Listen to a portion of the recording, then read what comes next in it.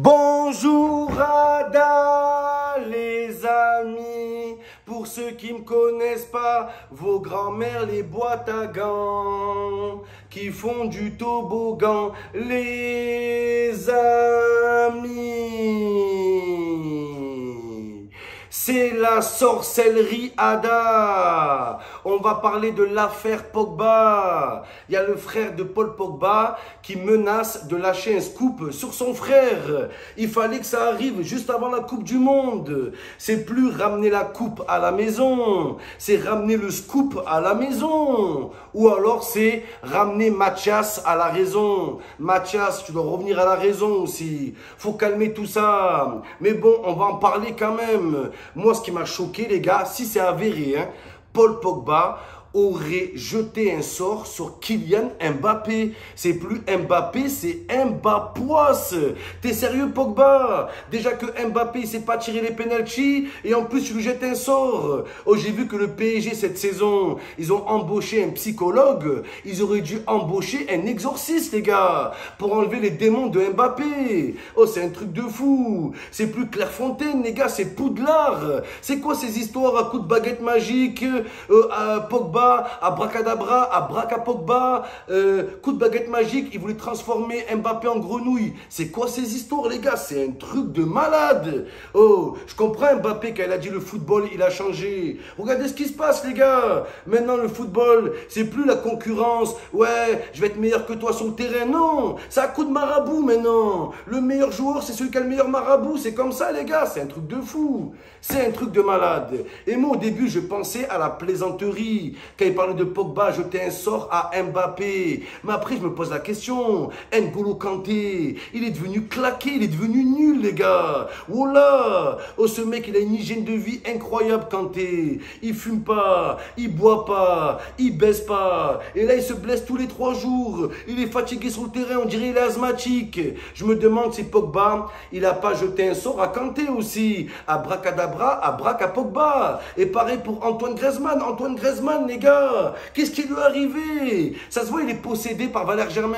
Il est possédé par un fantôme qui est nul au foot. La vie de ma mère. Je me demande si Griezmann n'a pas été victime aussi de Pogba. Et pareil pour Benjamin Pavard. Pavard, les gars. Oh, depuis son but au second poteau, on l'a plus revu. Ni au premier, ni au second poteau. C'est un truc de fou. Donc voilà, les gars, je me pose la question. Et maintenant, si c'est avéré, les gars, c'est une catastrophe. Parce que Pogba, il a ouvert la boîte de Pandore. Tout ce qui va arriver à Kylian Mbappé, ça va être de la faute de Pogba.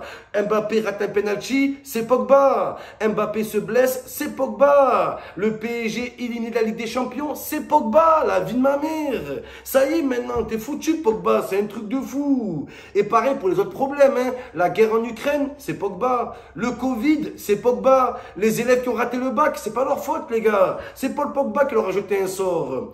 Valère Germain, non, lui, Germain, il est nul. Il est nul naturellement, les gars. Voilà. Lui, c'est pas surnaturel, c'est surnaturel comme il est nul. Ça, oui, je suis d'accord, les gars. Non, mais sérieux. Donc voilà, Pogba, il aurait ouvert la boîte de Pandore. Et là, les conséquences, ça serait plus d'équipe de France. C'est la vérité, les gars. Pour Pogba, comment tu t'en sors avec une équipe où il y a des joueurs qui se jettent des sorts? C'est impossible, les gars. La vie de ma mère, ça en dit long.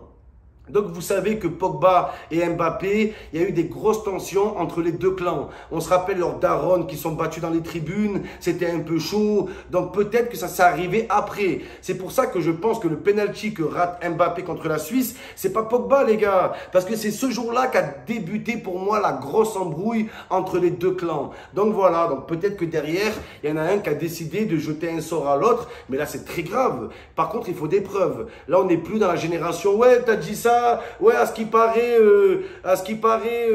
tu vas voir des Templiers, je sais pas quoi. Non, c'est pas comme ça que ça marche. On veut des preuves, les gars. C'est normal, c'est important. Donc voilà, les gars. Et moi, je vous dis les conséquences. C'est l'histoire de sorcellerie. C'est plus la sorcellerie, c'est de la saucellerie. Une grosse sauce et on va rire, les gars. C'est un truc de fou. Regardez juste l'histoire de sorcellerie qu'il y a eu dans la télé-réalité. Ça concernait des meufs que personne aime, que tout le monde déteste. Et même là, toute la France a été choquée. choqué, a été scandalisé. Alors imaginez, ça touche Mbappé, l'enfant chéri du pays, l'enfant qui a rendu fier la nation, le jeune champion du monde à 18 ans, Kylian Mbappé. Toucher Mbappé, c'est toucher à toute la France. Donc imaginez la réaction des gens, ça serait une catastrophe les gars. Ça serait un truc de fou. Non mais on est où là? Bataille de... Voilà, coup de baguette, Poudlard. Voilà, c'est un truc de fou. Ça va trop loin.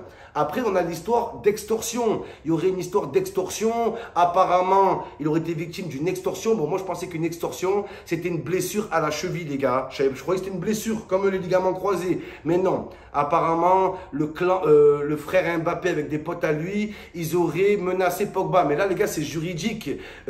D'apprendre que l'entourage des joueurs tourne autour des vautours, c'est pas nouveau, les gars. Il y a qui est choqué avec cette info? On le sait. On le sait que c'est toujours, ça cause toujours des problèmes dans les familles, le fait qu'il y en a un qui monte et le fait de dire que les frères Pogba sont jaloux de leurs frères, c'est facile. Les gars, c'est facile aussi.